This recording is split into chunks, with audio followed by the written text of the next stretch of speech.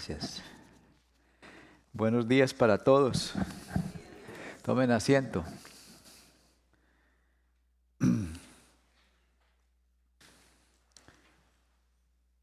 Gabriel García Márquez, un premio Nobel de literatura, tiene una novela pequeña, breve, que se titula Crónica de una muerte anunciada. Allí dice de una prueba, pero la novela dice, el título es Crónica de una muerte anunciada. Esa novela comienza con un par de frases muy interesantes. Comienza así: el día que lo iban a matar, Santiago Nasser se levantó a las 5:30 de la mañana para esperar el buque en que llegaba el obispo. Así comienza. O sea, comienza diciendo que al protagonista lo van a matar. Comienza por el final. Y entonces uno piensa, bueno, pero si comienza por el final, ¿para qué lee la novela? Ya sabemos. Pero no. Esa frase, el día que lo iban a matar, Santiago Nasser se levantó a las 5:30 de la mañana para esperar el buque en que venía el obispo, pues inmediatamente la mente de uno pregunta, ¿y quién lo mató? ¿Y por qué lo mató? ¿Y cómo lo mató? Entonces uno sigue leyendo para saber el resto, o sea, capta la atención. La novela es corta y yo no se la voy a contar, pues porque yo no soy profesor de literatura, ni venimos a eso acá, aquí venimos a otra cosa.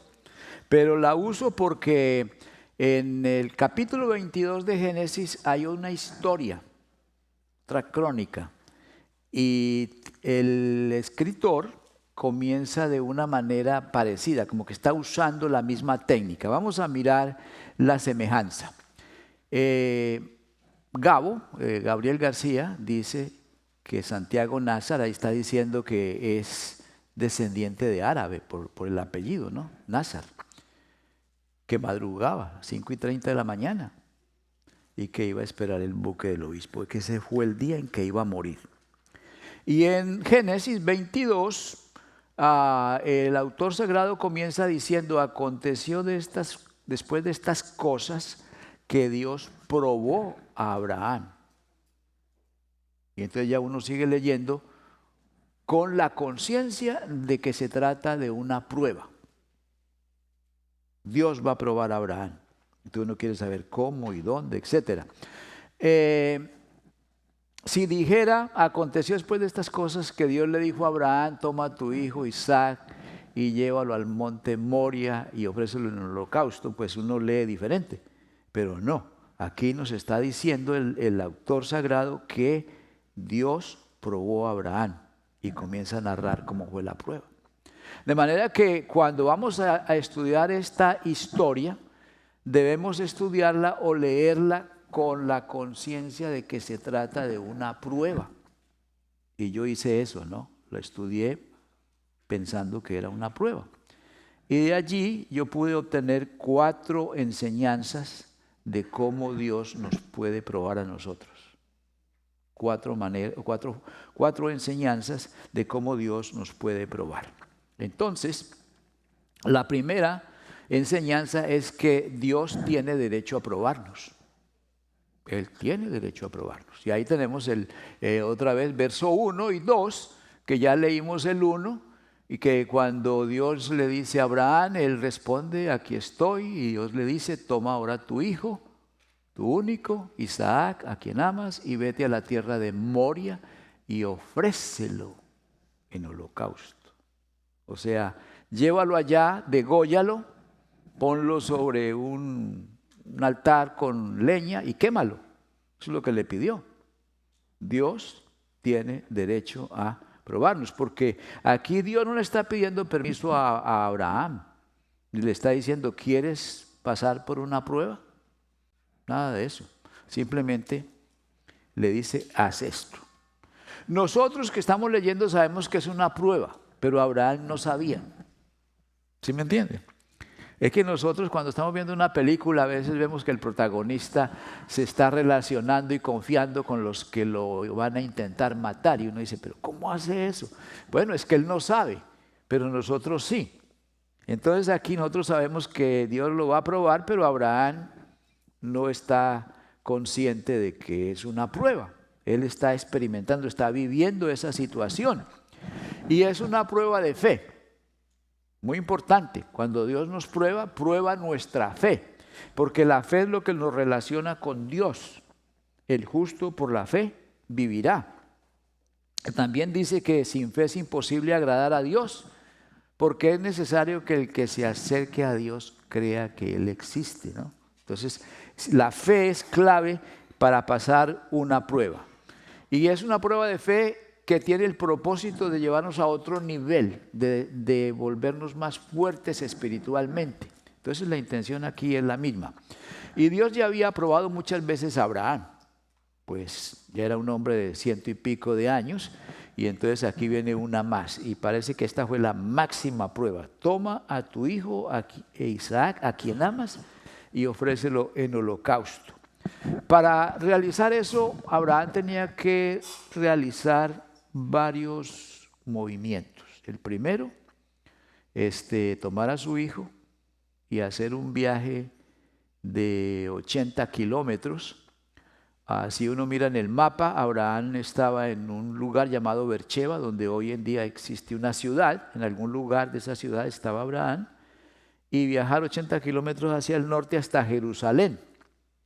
Y en Jerusalén hay un monte que es donde estaba el templo, donde Salomón construyó siglos más tarde el templo, y ahí en ese monte, Moria, es donde Dios le pidió que sacrificara a su hijo, Monte Moria. Y bueno, cuando lo que le está pidiendo es que lo mate, que lo sacrifique. Eso es un holocausto. Un holocausto es una ofrenda que se quema. Mátalo y quémalo. Pero vuelvo a decir, no pidió permiso.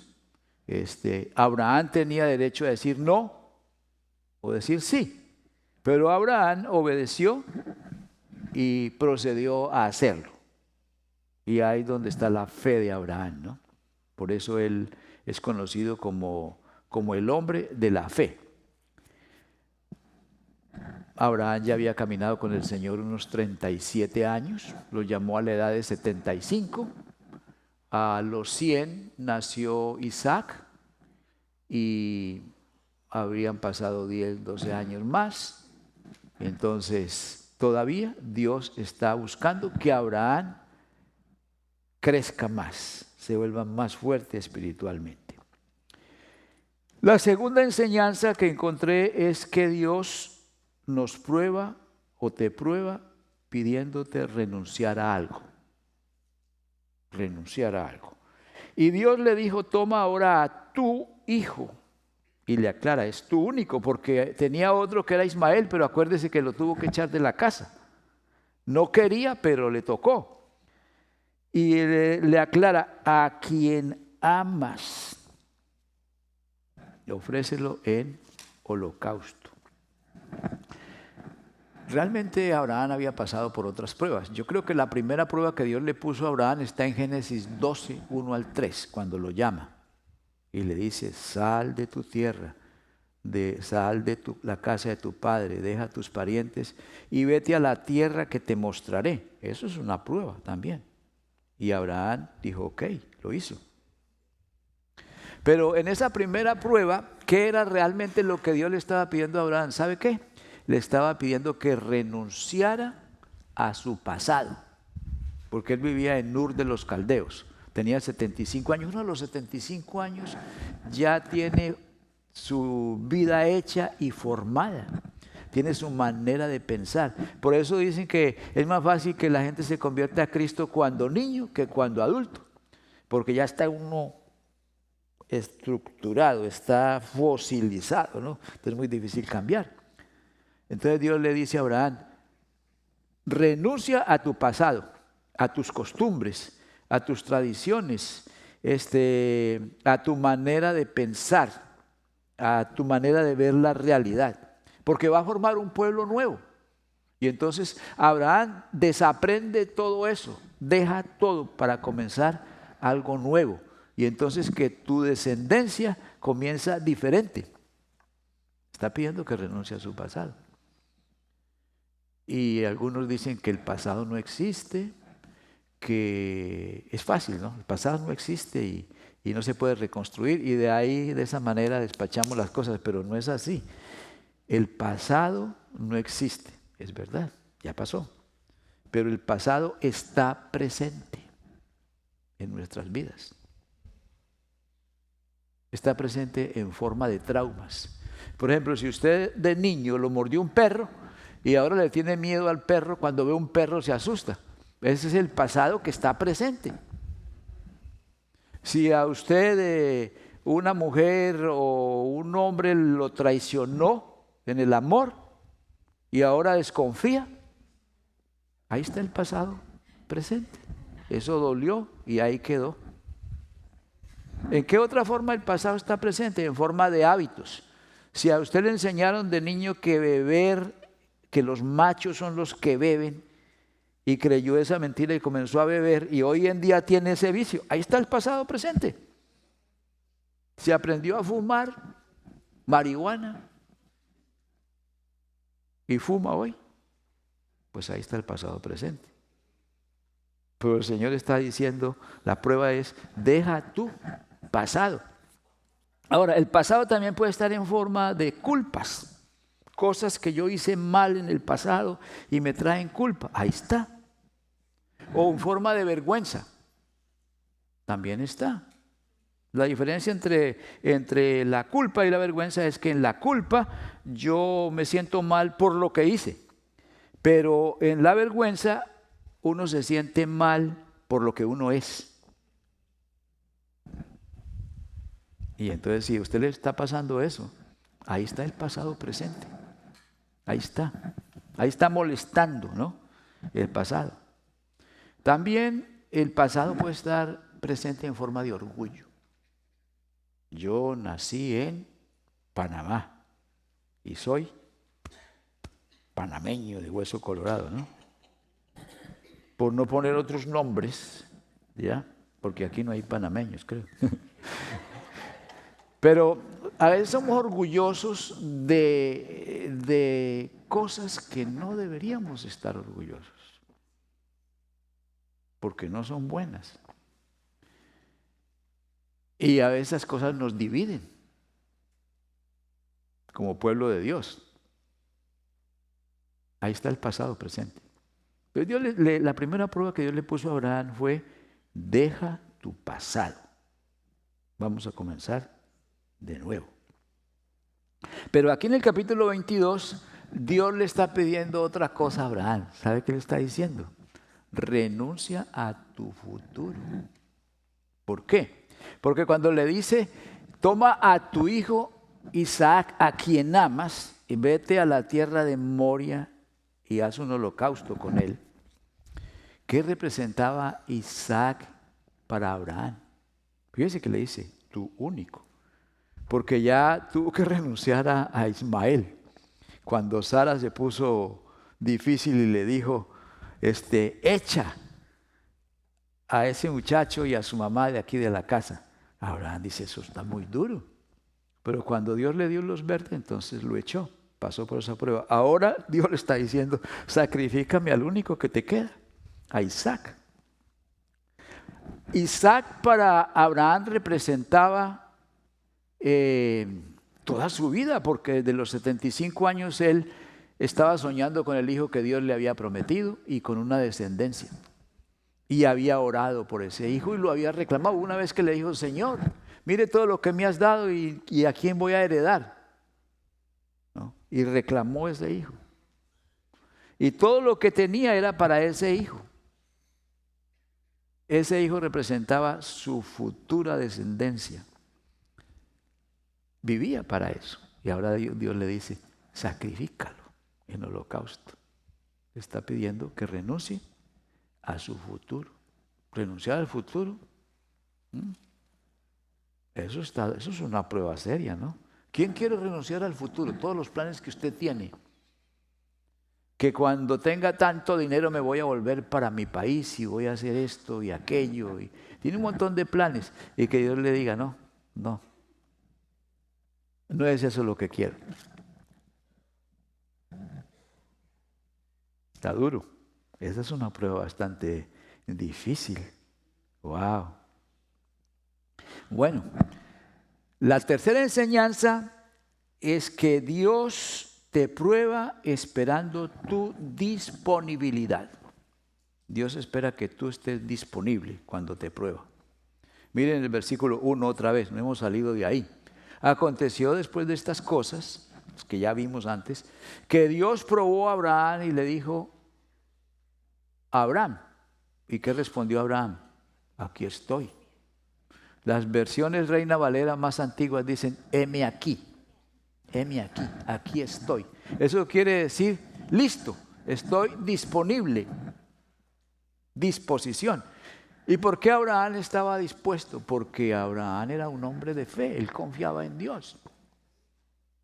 Todos los siervos en el Antiguo Testamento, cuando Dios los llama, ellos respondieron, heme aquí estoy. Y entonces comienza esa aventura de fe. El apóstol Pablo, cuando Dios lo llamó, lo que Pablo no dijo heme aquí, sino que dijo, Señor, ¿qué quieres que haga? O sea, disposición. Están dispuestos. Cuando Dios llamó a Adán, después que pecó, no dijo, aquí estoy. Se escondió, porque tenía temor, tenía culpa, tenía vergüenza, y se escondió. Cuando Dios nos llama hoy, ¿sabe qué es la respuesta de nosotros? No estamos escondidos como Adán, no. Pero ¿sabe qué es la respuesta más común? Estoy ocupado, tengo que trabajar, tengo mucho que hacer. Nada más tengo tiempo para el domingo, un rato. Esa es la respuesta. Entonces, ahí para el crecimiento, ahí se detiene. Porque no podemos experimentar las pruebas por las cuales Dios nos quiere llevar para desarrollar nuestra fe. Pero Abraham estaba disponible. Disposición es un asunto muy importante. A mí me gusta ilustrarlo de esta manera. Este salón está dispuesto, organizado, diseñado para tener esta reunión. ¿Ya? No está diseñado para un comedor, está diseñado para eso. Entonces, una persona dispuesta tiene su vida organizada de una manera que Dios tiene un rol ahí. Y si no tiene su vida así, pues para que Dios pueda entrar en su vida, usted tiene que hacerle un campito, una área y reorganizar todo para que Dios pueda entrar en su vida. Y eso se llama disposición. Alguien dijo que el cristianismo tiene todos los recursos, toda la gente, todos los talentos, todo el dinero para alcanzar o para cumplir la gran comisión en una generación. Pero que el problema es que no hay disposición. Porque unos cristianos están metidos en una cosa, otros están metidos en otra cosa, otros van por otro camino, cada uno está entretenido, cosas buenas. Pero esto de ir y hacer discípulos a todas las naciones, no todos están en eso, ni todas las personas. Entonces falta disposición. Jesús dijo, venid en pos de mí y os haré pescadores de hombres. Ese versículo tiene dos áreas para examinar nuestra vida. La primera es, ¿cómo estoy siguiendo a Cristo? Venid en pos de mí. ¿Cómo lo está siguiendo? Y si de veras está siguiendo a Cristo, entonces debe ser, en alguna manera, pescador de hombres. Y si no estás pescando, o no has pescado a ninguno en toda tu vida, se pone un interrogante sobre cómo estás siguiendo a Cristo.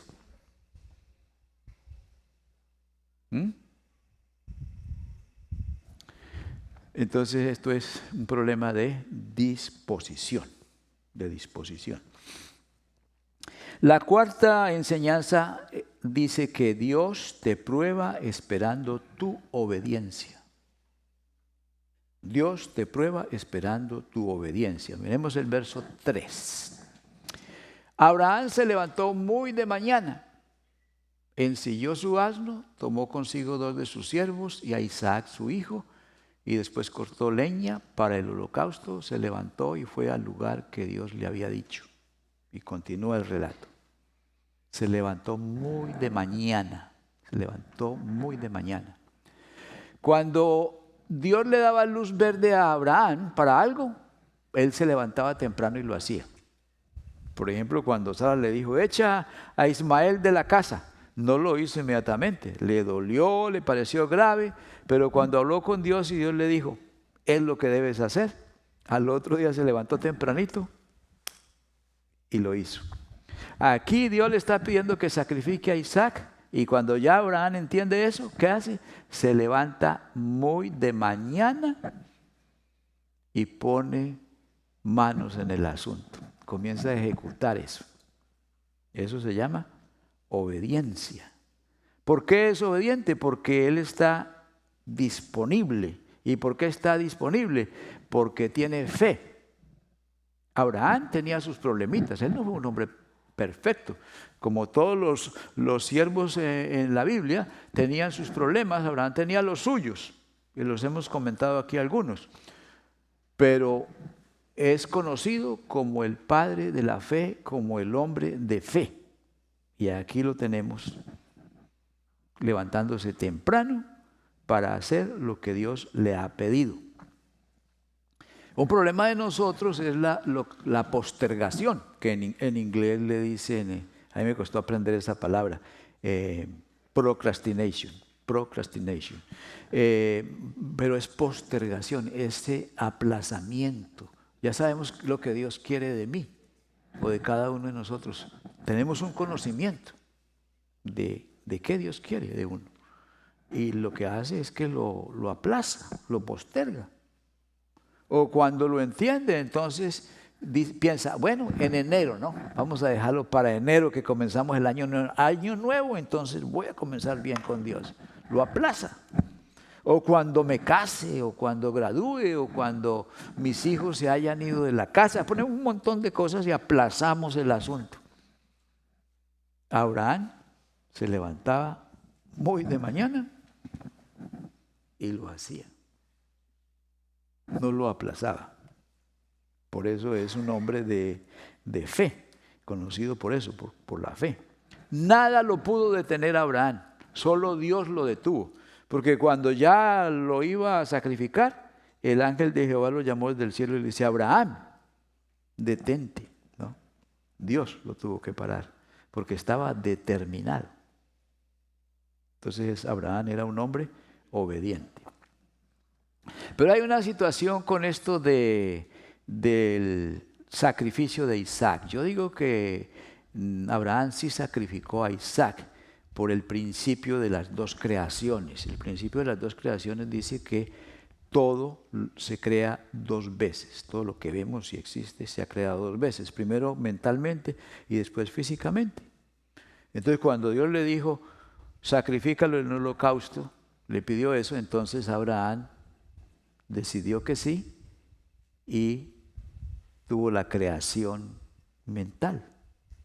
No hubo creación física porque Dios le dijo,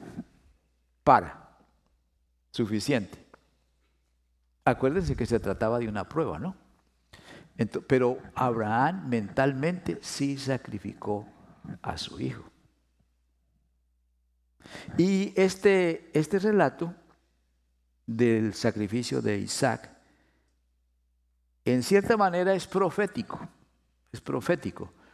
porque este texto que conocemos de memoria, la mayoría dice, en Juan 3:16 dice, porque de tal manera amó Dios al mundo que dio a su Hijo, para que todo aquel que en él cree no se pierde, mas tenga vida eterna.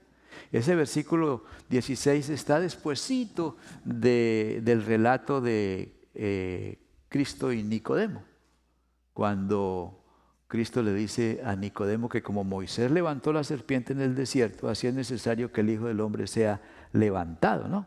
Y entonces, porque de tal manera amó Dios al mundo que dio a su Hijo unigénito. Y también estuvo determinado, no se detuvo. Nadie le dijo a Dios, para. No, llegó eso hasta sus consecuencias finales. Entonces, el relato es como profético, hay semejanzas. Cuando Abraham e Isaac caminaban hacia el monte Moria, Isaac le pregunta, Padre, tenemos la leña, tenemos todo, pero ¿dónde está el cordero para el sacrificio? Pregunta Isaac. Qué preguntita, ¿no? Y responde Abraham, Dios proveerá, ¿no? Dios proveerá. Y cuando Cristo estaba en el monte de Getsemaní, oró al Padre y le dice, Padre, pasa de mí esta copa, pero no se cumpla mi voluntad, sino la tuya. Y nadie lo detuvo.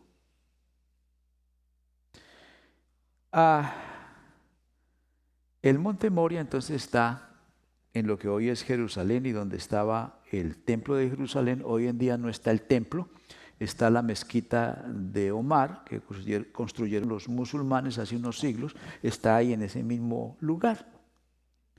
Y ahí debajo hay una piedra. Y se supone que esa piedra es donde Abraham iba a sacrificar a Isaac.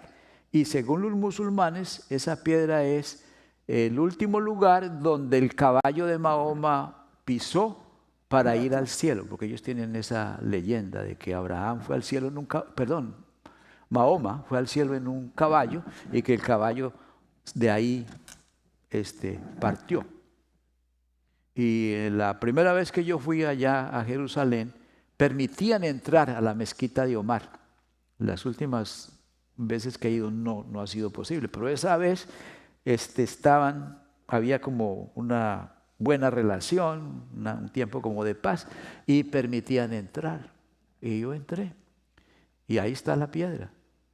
Y esa piedra tiene como una repisa así en forma de cuadro, que dicen que ahí era donde estaba el arca de la alianza, como ahí tiembla, entonces le hicieron una forma de repisa para que no se deslizara.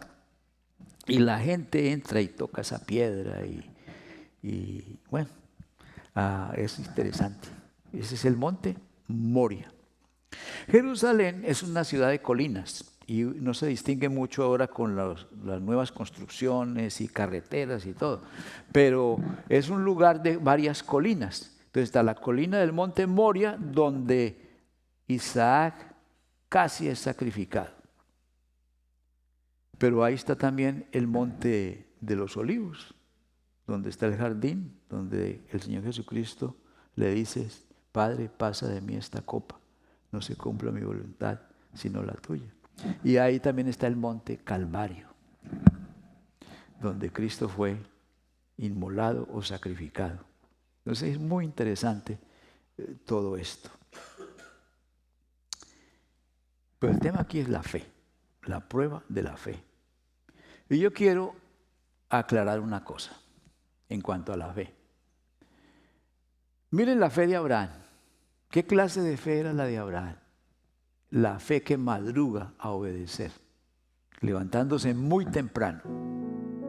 Es una fe que produce obras. Y dice, creyó Abraham a Dios y le fue contado por justicia. Una fe que lo movía. Pero desde el primer siglo comenzó a aparecer un tipo de creyente que dice somos salvos por fe y le pone mucha confianza a la fe y no a Dios. O hay quienes le ponen confianza a las obras y no a Dios ni a Cristo. Entonces es un tipo de fe muerta que no produce obras. Y por eso Santiago, en el capítulo 2, el versículo 21 y 23, él pregunta, ¿no fue justificado por las obras Abraham nuestro padre cuando ofreció a su hijo Isaac sobre el altar? Pregunta él. Y luego vuelve y pregunta, ¿no es que la fe actuó juntamente con sus obras y que la fe se perfeccionó por las obras? Entonces, no es fe en la fe, ni fe en las obras, sino fe en Dios. Una fe en Dios o en Cristo tan de tanta confianza que me mueve a obrar. Y entonces Santiago se dio cuenta que había muchos creyentes que tenían una fe muerta, porque era una fe que no obraba. Y hay muchos creyentes de esos hoy en día, ¿no? Que se han engañado a sí mismos espiritualmente y dicen, yo creo en Cristo, ¿no? Y Él es mi Salvador. Pero, ¿es tu Señor? Porque a Cristo se le recibe como Señor y Salvador. Y no puede ser tu Salvador si no es tu Señor. Y Él pregunta, ¿por qué me llamáis Señor, Señor y no hacéis lo que yo os digo? Abraham sí lo hacía. Y entonces esa es la fe que salva. ¿Y qué más dice ahí? Y se cumplió la escritura que dice: Abraham creyó a Dios y le fue contado por justicia. O sea, fue justificado por la fe. Justificado quiere decir que Dios ya lo toma como una persona justa. ¿Qué lo justificó? La fe salvadora, la fe correcta, la fe bíblica, la fe que mueve, la fe que madruga, la fe que obedece. No esa fe muerta que no produce ningún cambio en la vida, ni avanza ni para allá ni para acá. Entonces no nos engañemos a nosotros mismos. Revise su fe. No fe dominguera, sino fe de todos los días, de confianza, fe que madruga y que obedece. Bueno, 2 preguntas para terminar. La primera pregunta es: ¿qué me está diciendo el Señor en este pasaje bíblico? ¿Qué me está diciendo respecto de mi fe? Y la otra pregunta: ¿de qué idea equivocada me está corrigiendo Dios en este pasaje bíblico? Tú tienes mucha fe en tu fe. Creo tanto que la fe me va a salvar que yo tengo mucha fe, pero en la fe. O tengo fe en las obras, todo lo que yo hago, ¿no? Por Dios y para Dios. La mayoría de la gente uno le pregunta si están seguros de que son salvos y dicen no. ¿Por qué? Porque no están haciendo ciertas cosas. Confían en las obras y nunca están seguros de que han hecho suficientes obras para ser salvos. De vez en cuando te encuentras con alguien que dice: sí, yo tengo seguridad o cierto grado de seguridad porque yo voy a la iglesia, porque yo ofrendo, porque yo leo la Biblia. Fe en obras. Pero ¿en qué tenía Abraham la fe? En Dios, en Dios. Era una fe viva. Entonces, ¿de qué idea equivocada me corrige este párrafo, esta historia? ¿Se ponen de pie?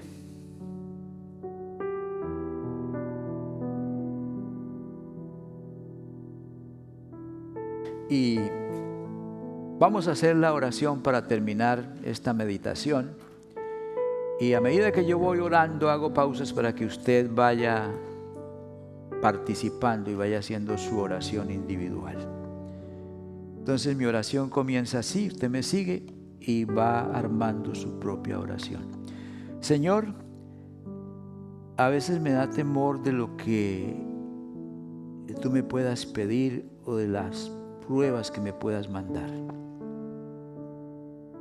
Si le da temor eso, expréseselo al Señor.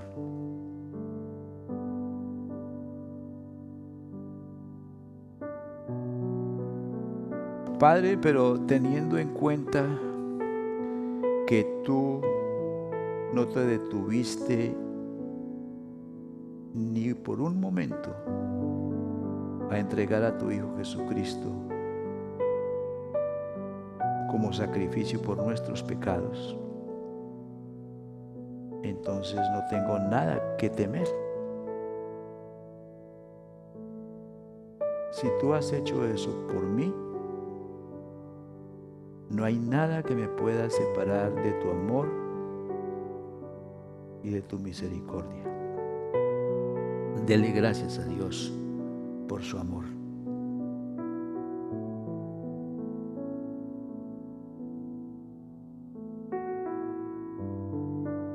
Por ese acto, Señor, tú eres digno de mi fe y de toda mi confianza. Y puedo decir como el apóstol Pablo, si tú estás con nosotros, ¿quién contra nosotros?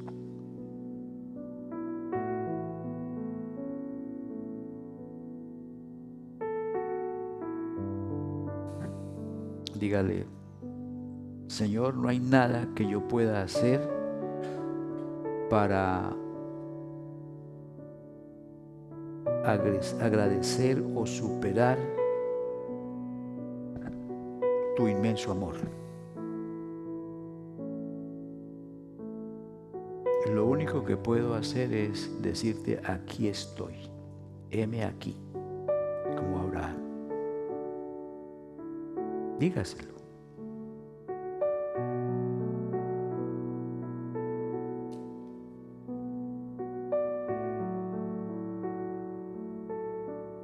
Dígale, Padre, solo me queda pedirte perdón por mis pecados, pedirte perdón por mi temor a seguir tu llamado y a entrar en las pruebas que tú me pones.